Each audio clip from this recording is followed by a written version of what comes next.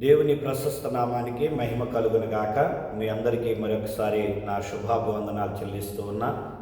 ప్రభు మహాకృపను బట్టి ఒక మాసం గడిచి రెండవ మాసంలో ఈ సంవత్సరంలో అడుగుపెట్టి ఉన్నాం. జనవరి అంతా కూడా కాపాడిన దేవుడు ఈ ఫిబ్రవరి మాసం అంతా కూడా కాపాడి పోషించి ఆయన సంరక్షిస్తాడనే విశ్వాస నిరీక్షణతో ఆయన స్తుతిస్తూ ప్రార్థించేద్దాం.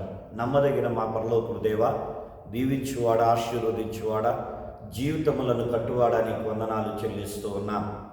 మేమేమై ఉన్నామో అది నీ దయా, నీ కృప. అయ్యా, నా కృప నిన్ను విడిచిపోదు అని నువ్వు సెలవిచ్చిన దేవుడవు.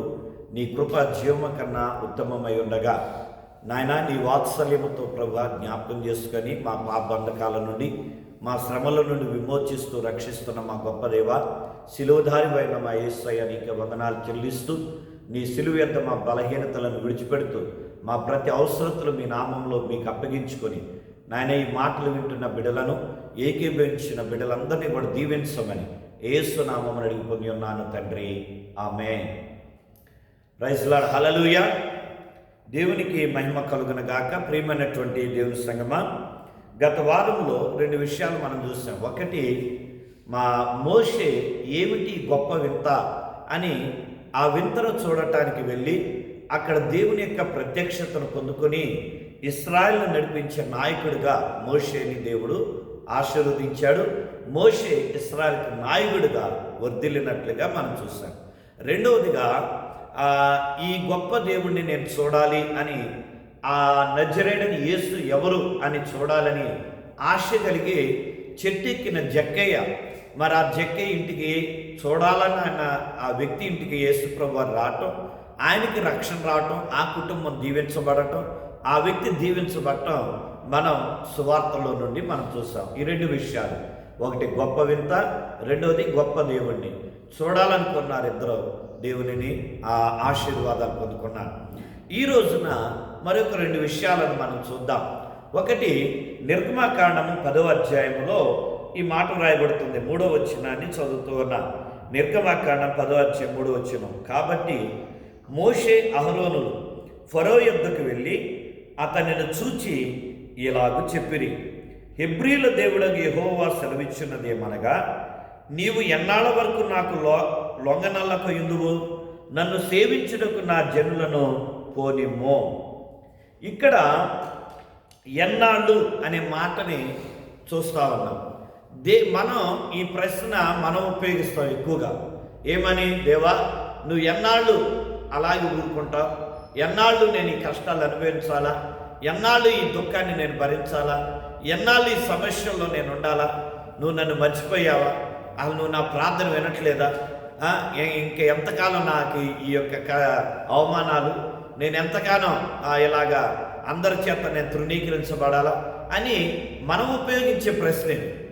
కానీ ఇక్కడ దేవుడు అంటూ ఉన్నాడు ఈ ప్రశ్న, ఎన్నాళ్ళు అనే ప్రశ్న. ఎవరితో చెబుతూ ఉన్నాడంటే ఫరోతో అంటూ ఉన్నటువంటి మాట, ఎన్నాళ్ళు నువ్వు లొంగక ఉండువు అనే ప్రశ్న దేవుడు ఫరోని అంటూ ఉన్నట్లుగా చదువుకుంటున్నాం.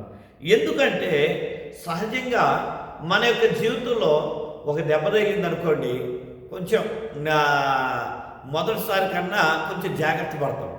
రెండో దెబ్బ తగిలిందనుకోండి, ఇంకొంచెం జాగ్రత్త పడతాం.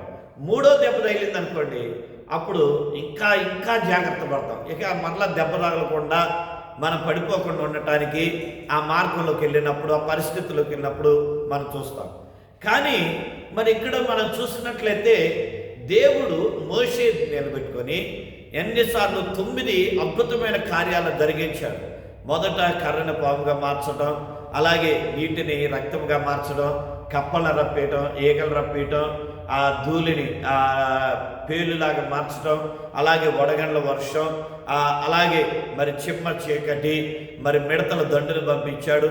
ఇలాంటి కార్యాలను దేవుడు మోషే ద్వారా ఫరో యొక్క ప్రజల పైన, ఫరో మీద, ఫరో భూముల మీద, జంతువుల మీద, వారి కుటుంబాల్లో జరిగించిన కూడా అతడు ఏమంటున్నాడంటే, ఎప్పటికప్పుడు ఈసారి నేను పంపిస్తా, ఈ తెగుల్ని తీసే, లేకపోతే ఈ కష్టాన్ని తొలగించు అని అంటున్నాడు. అలాగే మోషే మళ్ళీ ప్రార్థన చేస్తుంటే మళ్ళీ యథావిధిగా ఉంటున్నాయి. మళ్ళీ ఇతను హృదయం కఠినమైపోతా ఉంది, మళ్ళా ఇరుగు మీరు వెళ్ళటానికి వీల్లేదు అని మోషేని ఇశ్రాయేల్ ప్రజల్ని ఈ యొక్క ఫరో అడ్డగిస్తూ ఉన్నాడు. అంటే ఒకవైపు అద్భుతాలు జరుగుతున్నా కూడా ఫరో హృదయం కఠినమైపోతుంది తప్ప అతనిలో మార్పు రావట్లేదు. దానికి కారణం ఏంటంటే దేవుడే అతని హృదయాన్ని కఠినపరచునని ఒక సందర్భంలో మన వాక్యాన్ని చదువుకుంటాం. ప్రారంభంలోనే మోషేతోనే చెబుతాడు, అతని హృదయాన్ని నేను కఠినపరచుదును అని. ఎందుకంటే దేవుని అద్భుతమైన శక్తిని ఆయన బయలుపరచడానికి, దేవుడు తన అద్భుతమైన శక్తిని బయలుపరచాలి. తాను ఏమై ఉన్నాడో, తాను ఎలాంటి వాడో అది ఈ యొక్క ఇశ్రాయేలులే కాదు ఐగుప్తీయులు కూడా తెలుసుకోవాలి అన్న ఉద్దేశంతో అతని హృదయాన్ని కఠినపరుస్తూ ఆయన సర్వము పైన అధికారము కలిగిన దేవుడు అని అతడు తెలుసుకోవటం కొరకే అతని హృదయాన్ని కఠినపరుస్తూ ఈ యొక్క అద్భుతాలను జరిగిస్తూ ఉన్నాడు. ప్రియమైనటువంటి దేవుని యొక్క సంగమా, ఈ ఉదయకాల సమయంలో ఈ సంఘటన ద్వారా మనం నేర్చుకునేది ఏంటంటే, ఒక్కొక్కసారి మనం కూడా అనుకుంటాం దేవుడు ఉన్నాడా, ఉంటే ఎందుకు నాకు ఈ పరిస్థితి అని అనుకుంటాం. కానీ దేవుడు ఆ పరిస్థితి నీకు ఇచ్చాడు అంటే, ఆ సమస్య నీకు ఇచ్చాడు అంటే, మరలా అదే కష్టం నిన్ను వెంటాడుతూ ఉందంటే దేవుని యొక్క ప్రణాళిక నీ ఎడల ఉన్నది. దేవుడికి ఒక గొప్ప ఉద్దేశం నీ ఎడల ఉన్నది. అదేంటంటే ఆయన ఆ పరిస్థితుల గుండా నిన్ను హెచ్చించట కొరకు అని నువ్వు ఎన్నడూ మరవద్దు. నిన్ను దీవించట కొరకు ఆ పరిస్థితులకు అనుమతించాడు అనేది నువ్వు మరవద్దు. ఎందుకంటే దేవుడు తన అద్భుతమైన కృపని ఎడల కనపరుస్తూ ఉన్నాడు, అద్భుతమైన శక్తిని బయలుపరుస్తూ ఉన్నాడు. ఆయన ఏమై ఉన్నాడు నువ్వు ఎరగటానికి, ఆయన ఏమై ఉన్నాడో నువ్వు తెలుసుకునటానికి ఈ కార్యాలు జరిగిస్తూ ఉన్నాడు అని నువ్వు మర్చిపోవద్దని ఈ ఉదయకాలం మందు జ్ఞాపకం చేస్తూ ఉన్నా. ప్రియమైనటువంటి వాళ్ళరా, ఎందుకు ఈ మాట చెప్పానంటే చూడండి, మరి ఒక వచ్చినాన్ని చదువుకున్నా. అదే నిర్గమాకాండంలో 16వ అధ్యాయంలో రాయబడుతూ ఉన్నది.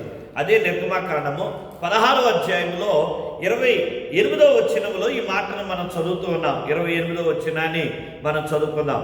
అందుకు యెహోవా మోషేతో ఇట్లా, నేను మీరు ఎన్నాళ్ళ వరకు నా ఆజ్ఞలను నా ధర్మశాస్త్రమును అనుసరించి నడవనల్లరు. ఇక్కడ ఇందాక ఫరోతో అన్నాడు ఆ మాట, ఎన్నాళ్ళ వరకు నువ్వు ఇలాగే జీవిస్తావు, ఎన్నాళ్ళు నువ్వు వ్యతిరేకిస్తావు నన్ను, ఎన్నాళ్ళు నా ప్రజలు ఆరాధనీయకుండా అడ్డుపడతా ఉంటావు అని అన్నాడు. ఇప్పుడేమంటున్నాడు అంటే దేవుడు ఇశ్రాయేలుతో అంటున్నాడు, తనని వెంబడించే ప్రజలతో, ఏ ప్రజలనైతే రక్షించాలనుకున్నాడో, ఏ ప్రజలనైతే విమోచించాలనుకున్నాడో, ఏ ప్రజలనైతే దేవుడు ఉన్నతమైన స్థితిలో ఆశీర్వదించాలనుకున్నాడో ఆ ప్రజలతో మాట్లాడుతున్నాడు. ఎంతకాలం మీరు లోబడుకుంటారు, ఎంతకాలం నా మాటకి విధేయత చూపరు అని. ఈ రోజున మనం కూడా అంతే, క్రైస్తవులైన మనం కూడా అంతే. దేవుడు ఎన్నో అద్భుతాలు చేసిన మన హృదయాన్ని కఠినంగా ఉంచుకుంటాం.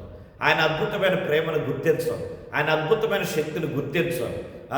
కానీ ఎప్పుడైనా ప్రార్థన జవాబు రాకపోతే అప్పుడు దేవుడు గుర్తొస్తాడు, కోపించుకుంటాడు, నువ్వు ఉన్నావా అని అడుగుతాం, తిరుగుబాటు చేస్తాం. తిరుగుబాటు చేసినంత విధిగా లోకంలో క్రైస్తవులు మిగిలిన వాటిలో ఉండరు. మరి దేవుడు మేలు చేసినాడు, దేవా నువ్వు నాకు ఈ మేలు చేసావు కదా అని కృతజ్ఞతలు చెప్తావా? కృతజ్ఞత కూడికి పెట్టుకుంటావా? కృతజ్ఞత కానుక అర్పిస్తావా? ఏమీ చేయవు కదా.